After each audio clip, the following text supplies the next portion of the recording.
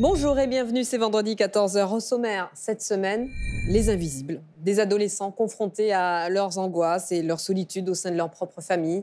Des réfugiés auxquels on apprend le français. Un père au cœur brisé sur la route de son fils parti faire le djihad. Un groupe de gamins déscolarisés confrontés aux méthodes peu orthodoxe d'un éducateur assez truqueur. Tout ça sous forme soit de documentaire, de comédie dramatique, mais on parle de film en fait, quel que soit le format. Et nos invités sont là pour nous en parler. Kairon, bonjour. Bonjour. Qu'on a le plaisir de recevoir pour son Réciproque. deuxième long métrage, le réjouissant Mauvaise Herbe, qui sera en salle mi-novembre. Gilles Legrand est avec nous également. Bonjour et merci. Bonjour. Scénariste, réalisateur, producteur français. Vous réalisez Les Bonnes Intentions, qui sera en salle le 21 novembre. Vos deux films sont en salle le 21 novembre. Donc, Les Bonnes Intentions, émouvant. C'est sûr. Je crois. C'est sûr. Claire Simon est là également.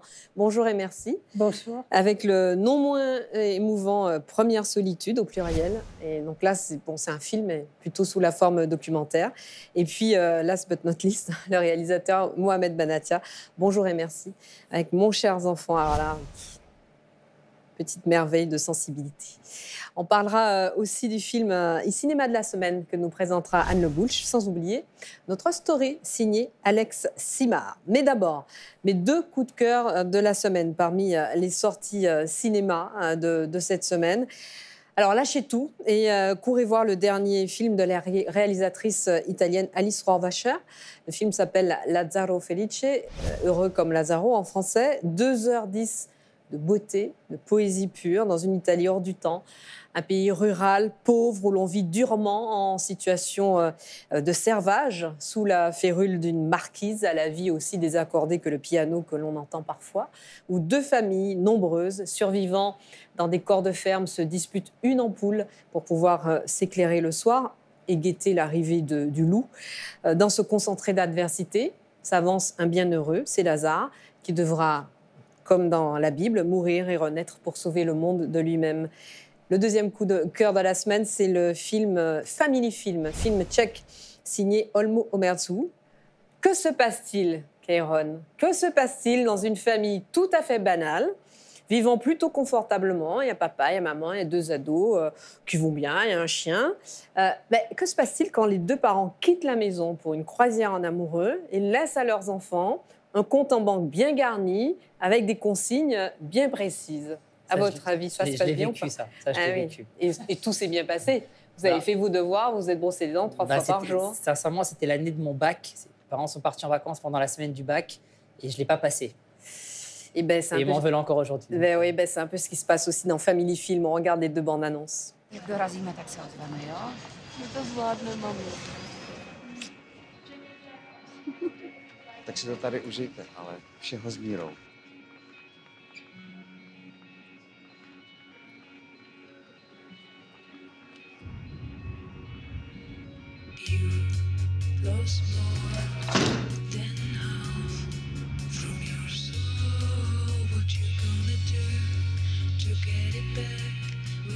Máš průser, brácha.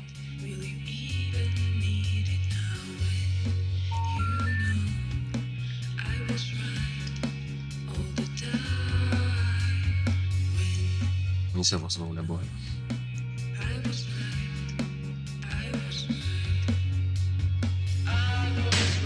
Kdyby jsi byl správnej táta, tak by se to celý třeba vůbec nemuselo stát.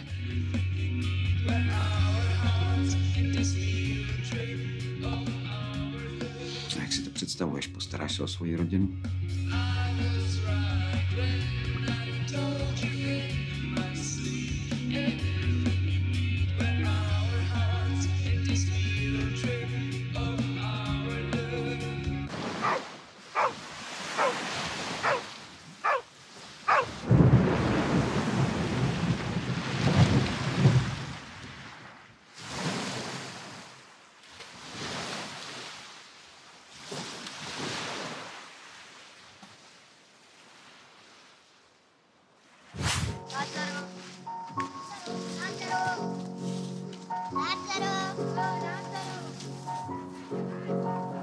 Lupo non lupo, i capponi mancano.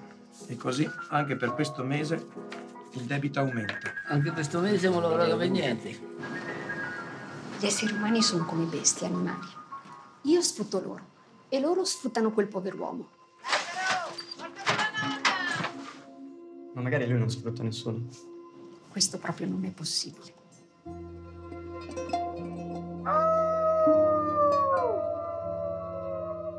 Ma di tutti quelli, quali sono i tuoi genitori?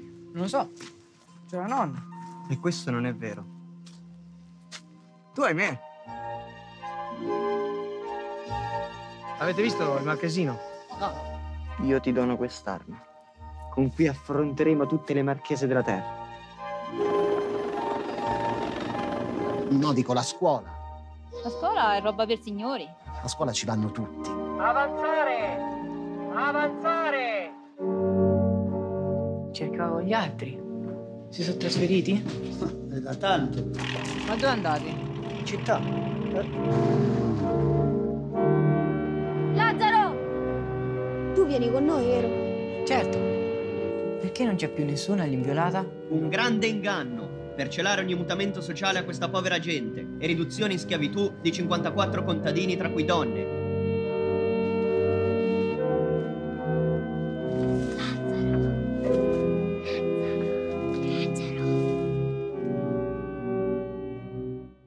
Voilà, si vous avez aimé Underground de Emir Kusturica, vous adorerez Lazzaro Felice d'Alice Rohrwacher. On va débuter avec vous pour notre émission de ce jour, Kéron et Mauvaises Herbes. Un deuxième film dans lequel, comme pour le premier, vous mêlez le grave au drôle, voire au loufoque. On peut parler de... Est-ce qu'on peut parler de comédie sociale pour ce film? Moi, ça me va, cette histoire d'un éducateur au grand cœur, mais qui a des méthodes... assez particulière, assez originale, on va dire. Ouais, je suis parti d'un postulat qui est arrivé, c'est-à-dire que je suis humoriste et j'étais déjà humoriste à l'époque. Et on est venu me chercher pour bosser autour d'un projet avec des enfants décrocheurs. Et moi, j'avais le BAFA, mais j'étais pas éducateur, j'étais pas spécialisé là-dedans. Et ils voulaient vraiment quelqu'un qui ait une autre approche, justement, par rapport à la langue française, par rapport à l'art, à la culture. Et je me suis retrouvé face à des enfants qui étaient en difficulté et j'avais pas forcément les armes académiques pour les aider. Donc j'ai fait comme j'ai été à l'instinct, je me suis servi du théâtre, je me suis servi de l'imaginaire. Et ce sentiment de fraude que j'ai ressenti en me disant j'ai rien à faire là, je ne suis pas équipé pour aider ces enfants, je me suis servi de ce sentiment-là pour créer le personnage. Et vous avez connu des moments d'affrontement passif, comme dans le film où ils font la grève et ils décident de ne pas parler? Tous les faits, toutes les problématiques des gamins sont vraies. Elles ont toutes existé. Et je me suis servi de plusieurs bribes de choses qui me sont arrivées. La scène dont vous parlez, elle a existé, effectivement. Eh bien, on va sans doute la voir dans la bande-annonce, on regarde ensemble. C'est un projet avec des enfants en difficulté. Et toi, tu dois les garder jusqu'à ce que je trouve ton remplaçant. Ok, je vais essayer. Non, t'essayes pas. Tu fais en sorte. Bonjour. D'habitude, les gens, comme ils répondent. On va voir comment ils s'en sortent. Il a de la ressource. Moi, je vais vous apprendre des vrais trucs qui vont vous servir dans la vraie vie. Brossez-vous les dents. Les esclaves, à l'époque, c'était en fonction de leurs dents qu'on décidait s'ils restaient en vie ou si on les tuait. Surtout toi. On sait jamais. Ils vous ont déjà eu une fois, ça peut se reproduire. On est ici pour travailler quelque chose d'essentiel, la communication. Non mais on s'est communiqué, merci. Hein. Eh vas-y, baisse les yeux là, me regarde même pas, baisse les yeux. T'as écrit quoi? H-O-P-L-A, des hop là. J'ai pas le temps, fais-moi des hop là. C'est ça, là. Je connais pas vraiment votre histoire, mais ton ami, là, je pense pas que ce soit un bon exemple pour les petits. On lui a beaucoup pris à ce gamin, mais il a un bon fond. Moi, je suis pas doué pour parler aux gens. Ça s'apprend. Jimmy, pourquoi tu veux pas parler? Si moi parlais, enfant rigolait moi. N'oublie pas qu'un enfant qui cause des problèmes, c'est avant tout un enfant qui a des problèmes. Vous avez envie qu'il reste jusqu'à la fin du stage? Ah oui, oui, oui. Si je le remplaçais? Ah non, non, non, non. Ils sont marrants, ils sont vifs, ils souffrent et en même temps, ils lâchent rien. Ça me rappelle quelqu'un. C'est une question de mentalité. Si tu leur donnes ce qu'il y a de mieux, ils voudront être ce qu'il y a de mieux. C'est Monique, je te le dis pas assez, mais tout ce que ça fait pour moi, c'est pas quelque chose que j'oublie. Et effectivement, Kéron, comme le dit Catherine Deneuve, on lui a beaucoup pris à ce gamin qui devient cet éducateur un peu en fraude. Ouais, mais que ce soit lui ou tous les autres personnages, c'est un film sur la rédemption, sur le pardon, sur le fait de ne pas juger quelqu'un, pas juger un livre à sa couverture. Je suis parti de la phrase de Victor Hugo, il n'y a pas de mauvaises herbes comme il n'y a pas de mauvais hommes, il n'y a que de mauvais cultivateurs. Et j'ai écrit cette histoire parce que c'est quelque chose qui me touche, en fait. Le background, en fait, que ce soit ce personnage-là ou n'importe qui, on a souvent tendance à rester focalisé sur les conséquences et jamais les causes. Tel jeune a brûlé une voiture, oui, c'est pas bien, oui, il faut punir, oui, il faut expliquer. Mais si on ne comprend pas pourquoi il a fait ça, on ne pourra jamais réellement trouver une solution. Pour moi, la cause est plus importante que la conséquence. Et puis vos ados, ce ne sont pas des comédiens confirmés, ce sont plutôt des acteurs pour certains. J'ai vu que vous êtes allés les chercher dans des clubs de théâtre. Oui, en fait, au début, on a essayé de faire des castings sauvages et de trouver des vrais enfants de la vraie vie. Mais j'avais tellement écrit les personnages avec un tempo comique, avec des ruptures, avec du jeu, en fait, qu'on s'est rendu compte très vite que les vrais enfants de la vraie vie, ils n'arriveraient pas à les jouer. Donc, on s'est rapproché d'associations de théâtre, d'agents, et puis on a trouvé des comédiens. C'est leur première œuvre, mais c'est leur premier long métrage. Voilà, mais c'est des comédiens dans le sens où ils ont déjà vu des caméras, ils ont déjà fait du théâtre. Donc, c'est le grand saut pour eux, mais ils ne viennent pas non plus de la vraie vie. Alors, pas vierge de ce monde-là, mais, oui. mais je suis sûre, avec le même enthousiasme, la même envie, en n'étant pas blasée, c'est Catherine Deneuve et Dussolier. Ouais, c'est un bonheur. C'est incroyable. Les faire jouer, c'était un rêve de cinéphile ou un rêve de cinéaste? Alors, sincèrement, moi, je le répète, avant de faire mon premier film, je ne connaissais rien au cinéma. Et donc, je ne connaissais pas beaucoup, sincèrement, André Dussolier et Catherine Deneuve. Je connaissais de noms, parce que tout le monde les connaît, mais je n'avais pas vu grand-chose. Mais quand j'ai fini d'écrire, j'ai trouvé ça très marrant de prendre Catherine Deneuve pour ce rôle-là et entre guillemets, de l'écorner un peu, de l'emmener ailleurs. Et puis le choix d'André, il s'est fait aussi très vite parce que c'est quelqu'un qui dégage une telle humanité. Pour le personnage de Victor, c'est un peu mon père qui l'a inspiré. Oui, et du coup, je me suis dit, André, Catherine, en plus, ils ont fait qu'un film ensemble il y a 30 ans. Donc c'est un duo un peu inédit, ça va être un truc intéressant. Et ils ont joué le jeu et ça a été super.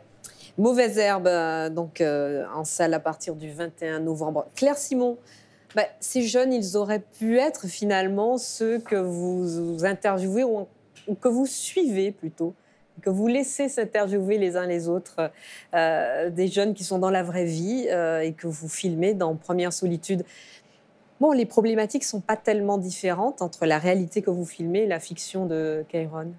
Non, même si je n'ai pas vu votre film et que je me précipiterais pour aller le voir, c'était plutôt l'idée de... ce film est né d'un atelier que j'ai fait au lycée Romain Rolland à Ivry.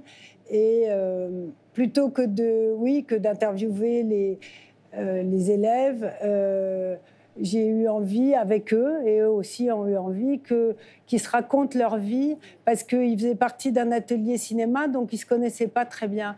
Et quand on est adolescent, on n'a qu'une envie, c'est de parler tout le temps, quoi. À d'autres ados. On n'a pas forcément envie de parler aux adultes, mais on a envie de parler à d'autres ados. Et donc, c'était ça mon idée. Et du coup, j'ai découvert, en les rencontrant, à quel point ils réfléchissaient de façon assez profonde sur la vie, sur les problèmes de leur famille, et comment ils se racontaient. Comment est-ce qu'on peut rêver d'être amoureux? Comment est-ce qu'on peut aimer quelqu'un quand on vient d'une famille qui est toute cassée, ou qu'on vient... Voilà. Alors, on est à Ivry, effectivement, des jeunes d'un même lycée se parlent, s'entraident aussi. Ils se consolent, ils comparent leurs douleurs et leurs manques. Ils ont entre 16 et 18 ans, et c'est bouleversant. Regardez la bande-annonce.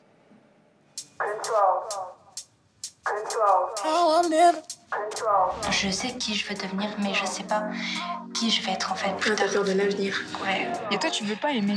T'as peur? Moi, j'ai pas peur. Tombe amoureuse. Et après, on reparle du contrôle de soi-même. Parce que je peux te dire que quand tu tombes amoureux, tes sens, tout ce que tu penses, tu perds tout le contrôle. Mon père, il a pas le droit de rentrer chez moi. En fait, ma mère, elle le laisse sur le palier. Mon père, il parle pas.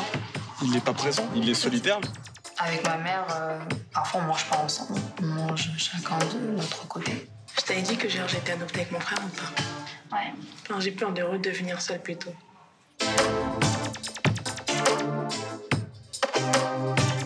Je préfère quand je suis avec quelqu'un, sinon je sais pas, je me sens seule au milieu de tous ces gens. Bah, moi, je disais, on n'est pas les seuls à habiter, dans l'univers, c'est pas possible.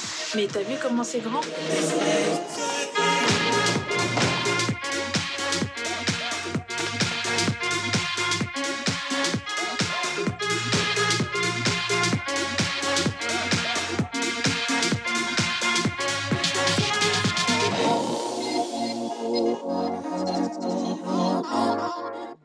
Première solitude avec des dialogues qui vont droit au cœur. Hein, quand, par exemple, deux jeunes filles se confient l'une à l'autre, on les a vues dans la bande-annonce, et la première dit « Mais t'as pas peur d'être seule, toi ?» Et l'autre lui répond « Si, j'ai peur de redevenir seule. » Oui. Et en fait, tout est dit en 4 mots. Quoi. Oui, oui. Tout le temps, les dialogues documentaires, réels, étaient très, très beaux, je trouvais. Ouais. Et... parce qu'ils avaient le désir de se raconter. Oui. Et souvent, il y a une autre phrase qui revient tout le temps, c'est t'as pas peur de l'avenir, toi? Ouais. Et puis là, comme ailleurs, l'amour, c'est la grande histoire. Hein. Oui. C'est presque rassurant pour nous qui avons nos âges dans ces sociétés très modernes, avec les réseaux sociaux, avec les applis de rencontres, avec la pornographie à laquelle les enfants sont confrontés beaucoup plus tôt maintenant et de façon beaucoup plus massive. C'est presque rassurant de voir que ces jeunes qui ont entre 16 et 18 ans, c'est toujours leur grande affaire, c'est toujours la grande peur, rencontrer quelqu'un, que faire, est-ce que je vais faire des enfants ou pas, comment ça va se passer quand je vais rencontrer l'amour.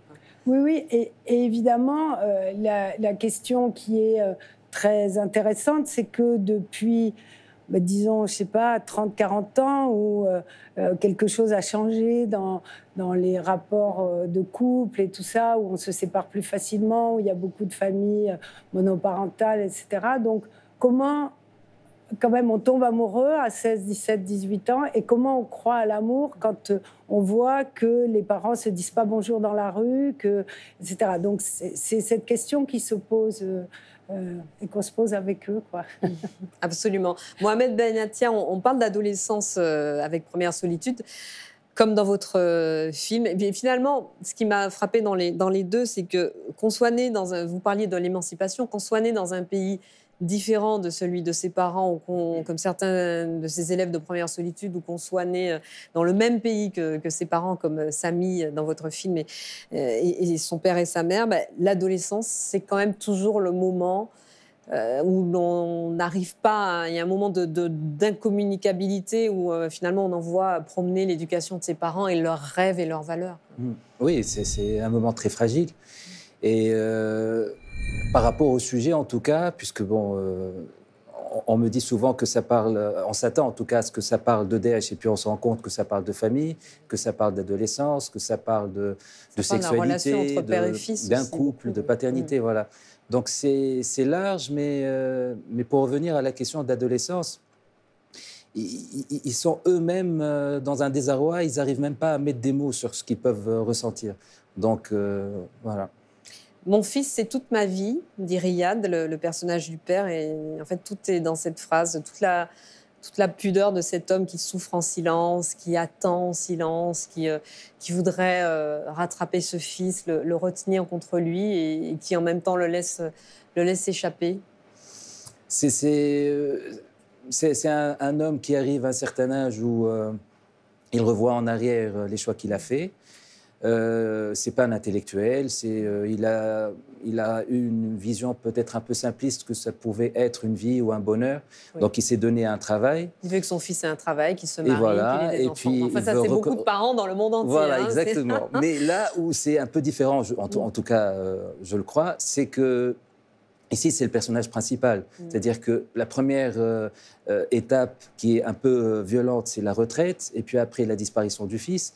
Donc lui, qui se définissait à travers ce travail, à travers sa paternité, il se trouve démuni de ce que pouvait être sa vie. Donc, et le voyage qu'il fait, il le fait beaucoup plus pour lui-même. Pour lui, finalement. D'ailleurs, il rencontre un homme qui lui dit à un moment, mais vous dites que vous voulez le bonheur de votre fils, mais en fait, on veut tout son bonheur à soi. On regarde la bande-annonce du film, Mon cher enfant.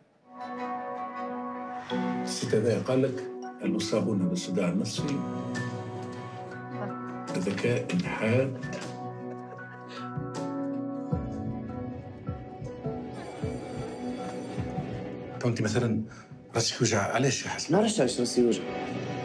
تفهمش يا اخي. مانيش فاهم شكون اللي وليتك. فاهمينك وحاسين بيك. نحب نمشي بسيكاتر. لا تفضل ولدي.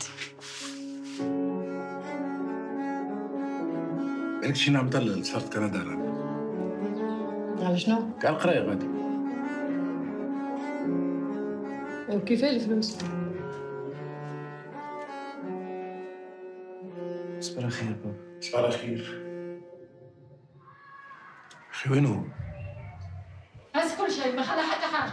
حتبيسي هز الدنيا كلها هزه.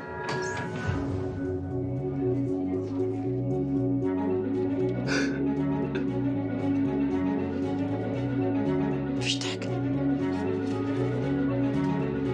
شنو تو؟ حبلي كان في ايديا؟ سامي مش نروح بيه. ولدي غادي ماناش بديت نعطيك الكل.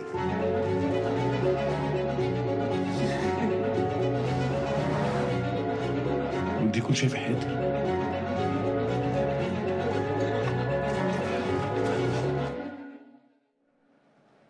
Et oui, son cher enfant. Et vous le disiez, avant même l'histoire d'un père qui chemine sur les traces de son fils qui est parti faire le djihad en Syrie, c'est avant tout un film sur le lien père-fils et ce qu'il peut avoir de non-dit, d'indicible. Oui, c'est toujours délicat de parler de ça. Bon, j'ai un enfant de 4 ans, on me dit, est-ce que c'est par rapport à ta position de père? Non, je n'ai pas posé la question, je ne savais pas. Non, je le sais, mais c'est venu à travers une histoire que j'ai entendue. Et puis après, je ne sais pas, ça s'est développé vers cette idée, vers ce sujet, qui est même par rapport à la paternité, je crois que c'est pas que ça. C'est un truc très important qui me tient vraiment à cœur, surtout plus on prend de l'âge et plus bizarrement la place de notre propre père prend une autre place. On se pose des questions auxquelles, même ado, justement, on ne se posait pas ce genre de questions.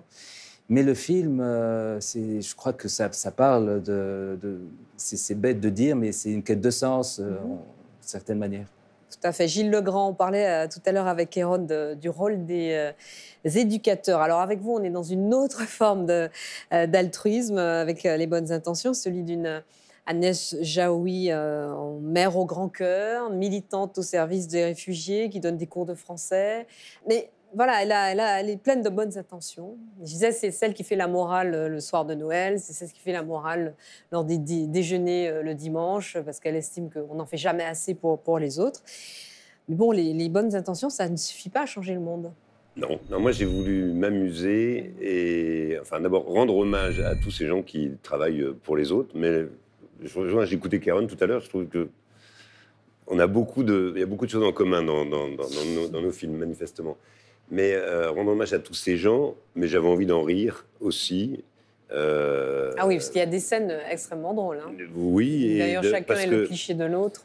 Non, mais parce que on confie quand même très souvent à des bénévoles le soin de s'occuper de sauver le monde. Tout un tas d'associations humanitaires ou d'alphabétisation sont faits par des gens qui sont purement bénévoles, pas forcément formés, et on leur demande de résoudre les problèmes les plus compliqués. Donc forcément, ça peut frotter un peu, quoi. Ouais. Voilà. Puis ça donne des répliques assez savoureuses, comme bon, là, on va peut-être le voir dans la bande-annonce, mais ce moment où ils sont en cours d'alphabétisation et où chacun finalement doit définir le cliché dont on est victime quand on est de son origine. Et puis ou alors ça donne ce père qui dit aux enfants barrez-vous vite avec le gâteau, sinon il va finir à la soupe populaire.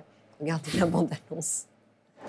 212,99 €, s'il vous plaît. Je peux savoir ce qui revient au Bangladesh sur les 12,99 €? T'es sérieuse, là? Mais ça va. Je peux pas travailler dans l'humanitaire d'un côté et exploiter des gosses de l'autre. Tu me saoules.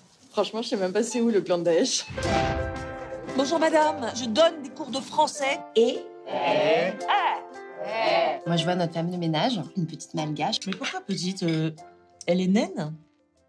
Qu'est-ce qui vous aiderait, à part le français, à trouver du travail? Si tu veux que tu n'aies, fais-nous passer le permis. Mes élèves, ils ont besoin du permis. Vous êtes une bourgeoise, vous faites du social, puis moi je suis un pauvre, donc je fais du business. Vous avez l'air très fort en business. Le permis B, c'est une motivation pour apprendre le français. Pas par là, Je vais défoncer ta famille de ta race, là.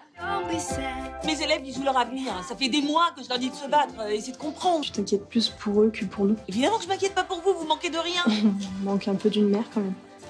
Arrêtez les gauchos, là, de croire que tout le monde est pareil. Des fois, il y a des gens, ils sont trop cons pour rien y faire.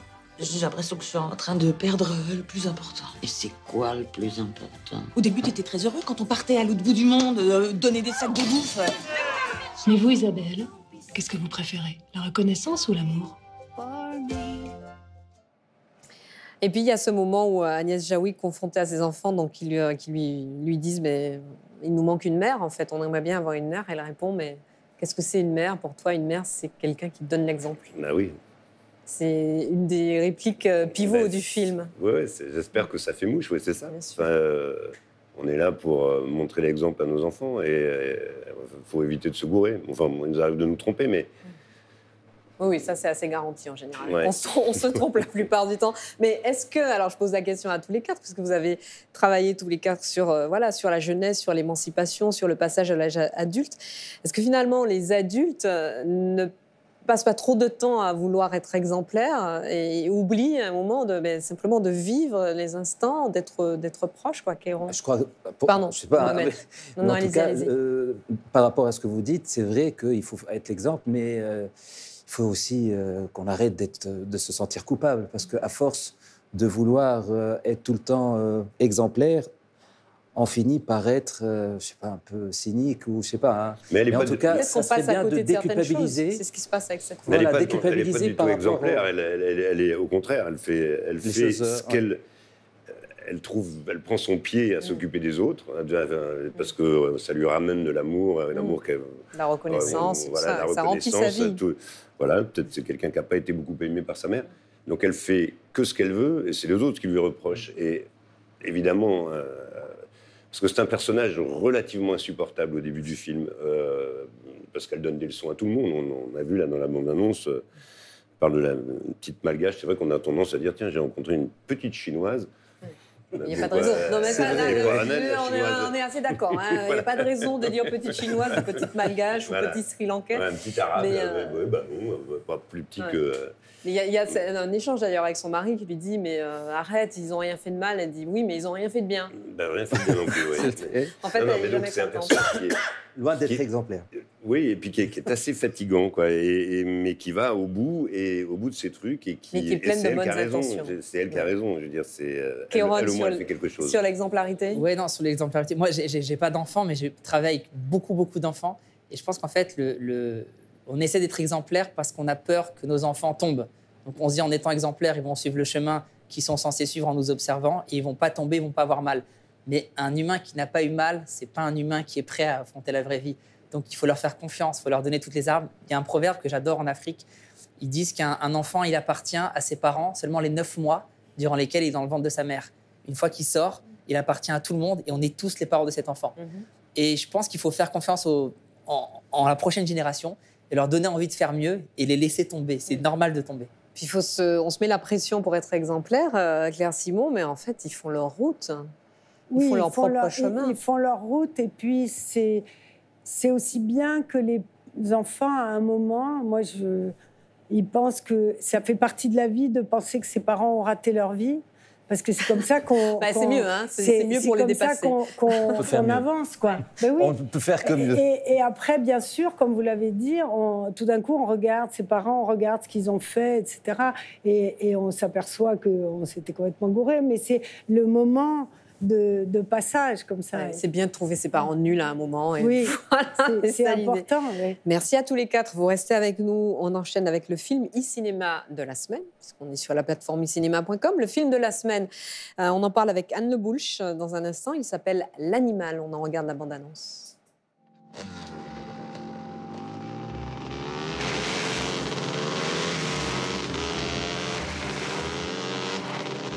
Dann warte ich ein BH, musst du natürlich anziehen. Wir sehen, jetzt ist der bald nicht mehr wurscht, was die Burschen von dir denken. Alter.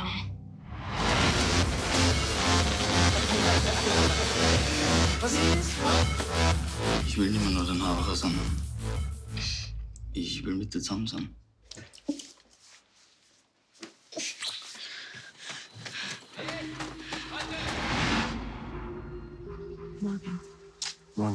geraucht?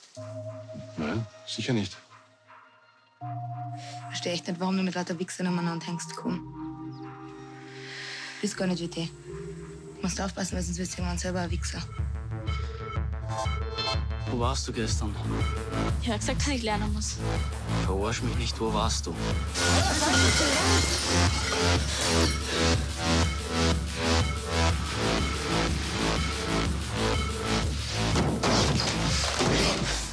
Danke für die Einladung.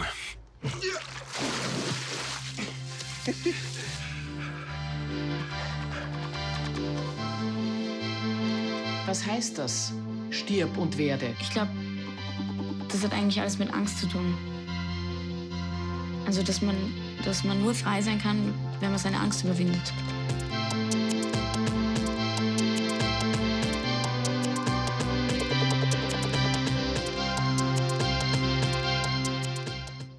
L'animale. L'animale. Dit-on. Bonjour Audrey. Précision. Bonjour Anne Lebouche. Bonjour. Bonjour à Un tous. petit côté animal. Oui, hein, vous aussi. Non, pas pour ça. On va s'en parler en antenne. Oui. Racontez-nous ce film écoutez, autrichien. Voilà, autrichien. Donc l'animale a un thème commun à tous vos films, à tous vos très beaux films. C'est encore une fois celui de la famille. Alors famille biologique, famille recomposée, famille dysfonctionnelle. En tout cas, dans ce cas précis, il s'agit d'une famille biologique qui pourtant est unie et confortable, mais qui se délite par manque de communication. Je pense à Mon cher enfant. C'est aussi un film sur le passage à l'âge adulte et comment réussir à trouver l'harmonie entre l'être et le paraître, entre les dits et les non-dits, et entre son cœur et sa raison. Alors l'histoire, c'est celle de Mathie. Mathie est une jeune femme aux allures de garçon manqué qui consacre son temps libre à faire de la moto avec des garçons peu fréquentables qui, eux, ne pensent qu'à harceler les filles et commettre des actes de vandalisme des jeunes garçons. Elle vit avec sa mère, Gabi, une vétérinaire passionnée qui encourage sa fille dans cette voie, mais qui ne se rend pas compte que c'est pas forcément la sienne. Et avec son père, Paul, architecte blasé, qui tente de faire illusion. Alors pour Mathie, tout bascule le jour où elle croise le chemin de Carla. Et pour sa mère, tout s'effondre le jour où elle retrouve son mari avec un autre homme. Voilà pour le pitch. C'est des choses qui arrivent. C'est des choses qui arrivent. Alors ce film est signé Katarina Mniuchtin. J'espère que je l'ai bien prononcé. Une jeune... pariera pas beaucoup dessus, mais on se jette quand même, on se lance. Donc c'est une jeune réalisatrice autrichienne qui fait partie de l'avant-garde culturelle et cinématographique, et donc une artiste très engagée. Il est surtout porté par une actrice formidable, Sophie Stockinger, donc qui interprète Mathie et qui traduit avec beaucoup d'intelligence et de subtilité justement ce questionnement autour du genre, qui est un débat d'actualité aujourd'hui. Les parents sont aussi très bien interprétés. Alors, la mère, Catherine Resetaritz, est une actrice de renom en Autriche et une collaboratrice de longue date de Michael Haneke, une bonne référence. Et Dominique Quarta, le père, est aussi un grand comédien de théâtre. En voyant ce film, on pense à Drive de Nicolas Winding Refn, avec tous ces cadres pop et acidulés et cette musique électro qui est elle aussi signée d'un grand compositeur qui s'appelle Bernard Fleischmann, qui est un artiste autrichien très réputé dans le monde dans la musique électronique. Et pour finir de vous convaincre, eh bien, la réalisatrice rend un hommage très appuyé à un film. Je sais que c'est un de vos préférés, Audrey. C'est également un des miens. Il s'agit de Magnolia, de Paul Thomas Anderson. Voilà. C'est pas très difficile. C'est pas très difficile. C'est mon film préféré. Ben voilà. Ever. Voilà. Donc elle reprend cette séquence mythique où tous les protagonistes reprennent un titre d'Amy Mann, Wise Up, Face Caméra. Donc là, dans ce cas précis, il s'agit d'une chanson populaire que vous connaissez peut-être, je ne connaissais pas, qui s'appelle L'Animale, d'où le titre du film. Elle est reprise par tous les protagonistes et elle évoque bien évidemment les thématiques du film, donc l'amour, le désir, la passion, la raison.